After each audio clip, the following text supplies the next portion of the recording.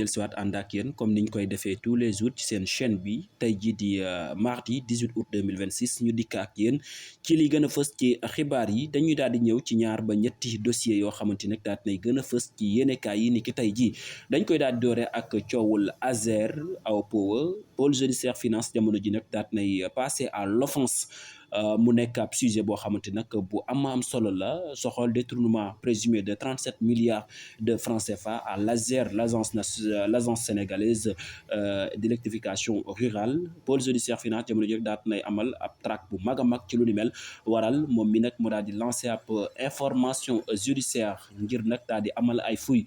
patrimoniales waaye itam daal di préparer ab délégation judiciaire foofa ca Espagne la mu leen di rapproché nag moom mi di pôle judiciaire finance jamono ji la muy rapproché ci fee yi mooy association de malfaiteurs détournement de deniers publics blanchissement de capitaux corruption trafic d'influence lii la nag di ay pièces yoo xamante ni au cours de l'enquête jamono ji benn fausse quittance bu toll ci 918 et quelques millions de francs CFA ak ay garantie d'assurance yoo xam ne daan nañ ko émise par la SONAC waaye itam lu toll SONAC sur les 37 milliards de francs CFA objectif bi nga xamante nag pôle judiciaire jamono ji daal dinañu koy am ci détournement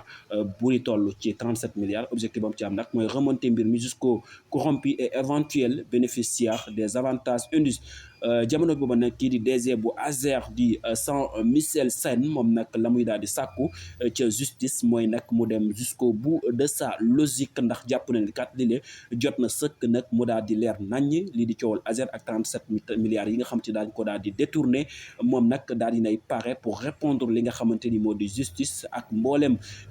laaj boo xamante ni wala mboolem leeral boo xamante ni justice daal dina koy sàkku ci moom mi daana ko leeral ba mu leer naññ moom mi di Jean-Michel Sène nekk DG bu Azer ci ak fàttali nag coowul Azer li kii di Thierno Alassane Sall ràññee nañ ko ci mu fës lool moom sax amaloon na plainte ngir lu ni mel di sàkku mu daal di leer ba ci démb sax ci Assemblée nationale moom mi le daal la mu jàpp mooy Assemblée nationale bi daal dafa bàyyi lu am solo ci réewum Sénégal ba pare di topp yeneen yoo xamante ni daal solo sa demeewul noonu mu jàpp ne Assemblée nationale daal dafa négliger 37 milliards yi nga xam daal nañ koy détourner muy sunu xaalisu réew kopparu réew moom nag jàpp na ne jot na sëkk nag yëfi daal di leer moom loolu daal di xamle foofa ci Assemblée nationale ni ki démb ca séance plénière bi nga xamante ni doon nañ ko amal foofa ca Assemblée nationale moom ba mu daal di jëlee kaddu daal loolu la daal di plaider mbirum 37 milliards yile ba tey dañuy daal di des tax ci loolu mel foofa ci Assemblée nationale ni ki démb nag doon nañ amal révision constitutionnelle portant la modification de l'article 37 sur la déclaration de patrimoine des hauts dirigeants bu ñu nee déclaration de patrimoine des hauts dirigeants mooy président de la République président bu Assemblée nationale ak premier ministre bi les loi nag wala bi les propositions de loi nag daat nañu koy modifier ñuwal article 37 bi le foofa ci Assemblée nationale bi ki démb dañ ko daal di adopté ci lu toll ci 135 députés ñoo daal di voté 133 ñoo daal di voté 133 ñoo daal di d'accord ñaar ci ñoo xamante nag d'accorduñu lu ni mel amul kenn koo xamante ni daat nay absteniru ci bi lépp loi kon nag jamono ji nañu jàpp ne loi bi le nag daat nañ koy adopté soxal la proposition portant la constitutionnaliser la déclaration de patrimoine mais nag dafa am ab blocage au sommet de l'État ndax kii di président Bassirou Diomaye Faye jamono ji nag daal di nay jël ab barrage soxal renvoie la réforme au référendum moom mii di président Diomaye nag décision ba mu daal di jël mooy yóbbu yëf yi référendum kii di ministre garde des Eaux di Moussa Sarr moo ko daal di xamle ni ki démb ci Assemblée nationale kenn daal président Diomaye dafay daal di décider pour yóbbu réforme bi à un référendum maanaam jébbal ko askanu Sénégal yi ñu daal di choisir tànn oui wala non ci ak fàttali nag loi bi nga xamante ni rek daat nay soxal modification de l'article 37 bi président Diomaye ab amendement la ci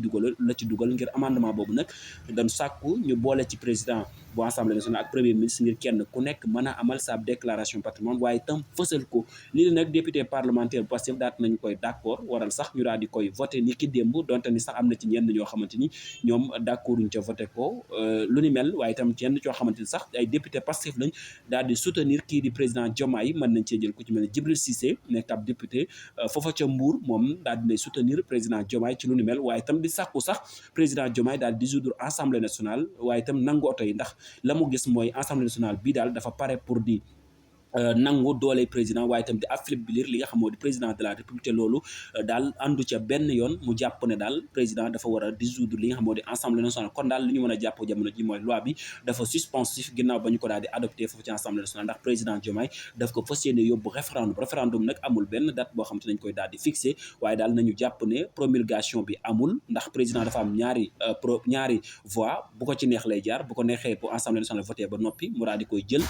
muy voix parlementaire daal di koy jël promulguer ko mu entrer en vigueur bu ko neexee itam bu ñu voté ba adopté ko mu yóbbu ko voie référendum te voie référendum bi la daal di jël lii nag soxal transparence au sommet de l'État mooy loi bii ñu doon voté ginnaaw loolu nag dañuy daal di demaat ci beneen point soxal sport maanaam tàggat yaram ndax itam ci fan yëpp ñu ngi dégg coowul fédération sénégalaise de football ak coach bu bees bi nga xamante ni ñu ngi koy daal di choisir ni ki démb sax fédération bi amal nañu ab point de presse ngir daal di addu ci lu ne Patrick Vieira moom nag jamono ji moom la ñu daal di tabb comme mu nekk coach bu équipe nationale bu Sénégal maanaam sélectionneur ba moom mu wutu fa ki nga xamante ni nag moo di Pape Thiaw moom Patrick Vieira nag ni ki tey ji ci talaata ji daal la war na présenté wu waaye nag mujjul présenté wu